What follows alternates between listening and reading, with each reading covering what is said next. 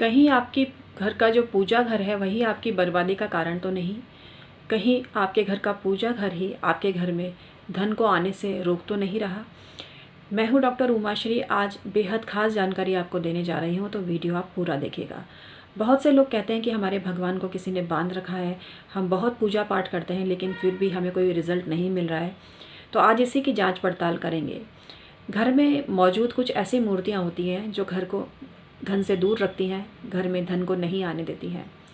हर देवी देवता को कुछ ना कुछ शक्ति अलॉट की गई है, और यदि आपको धन की कामना है तो आप अपने पूजा स्थान से इन देवी देवताओं की तस्वीर हटा दीजिए।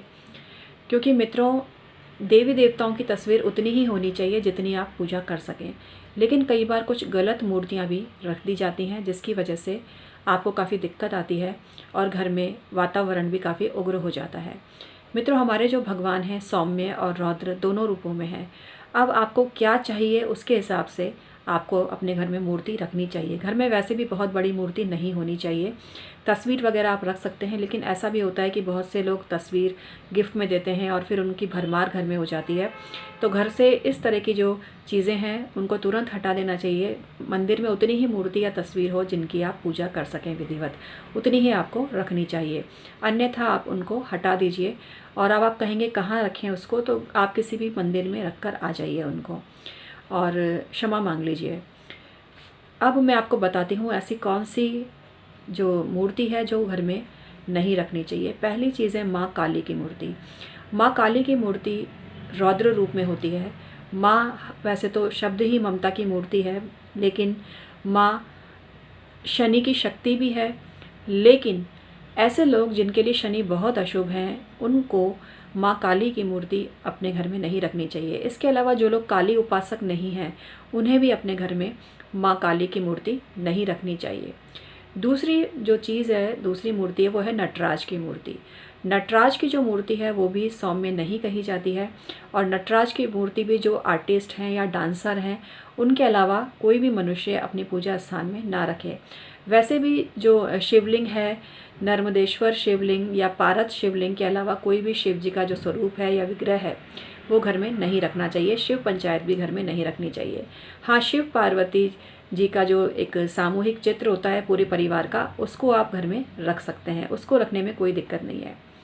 इसके अलावा घर में पंचमुखी हनुमान जी का जो मूर्ति होती है वो बहुत एनर्जी वाली होती है, और उस मूर्ति को भी घर में नहीं रखना चाहिए।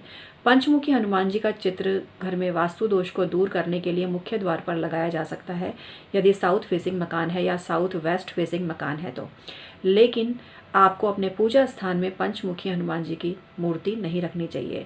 पंचमुखी हनुमान जी की मूर्ति ऐसे लोग रख सकते हैं जो हनुमान जी के साधक हैं, हनुमान जी की को उन्होंने अपना इष्ट देव बनाया है या गुरु बनाया है, ऐसे लोग रख सकते हैं। लेकिन एक सामान्य मनुष्य की, एक सामान्य गृहस्थी मनुष्य की मैं बात कर रही हूँ कि ऐसे लोगों को अपने घर में ऐसी मूर्तियाँ नहीं रखनी चाहिए। और माँ लक्ष्मी जी की मूर्ति या श्री यंत्र, कुबेर भगवान की तस्वीर, ये सब आप अपने पूजा स्थान में रख सकते हैं, लेकिन कुबेर भगवान को स्थापित उत्तर दिशा में करें।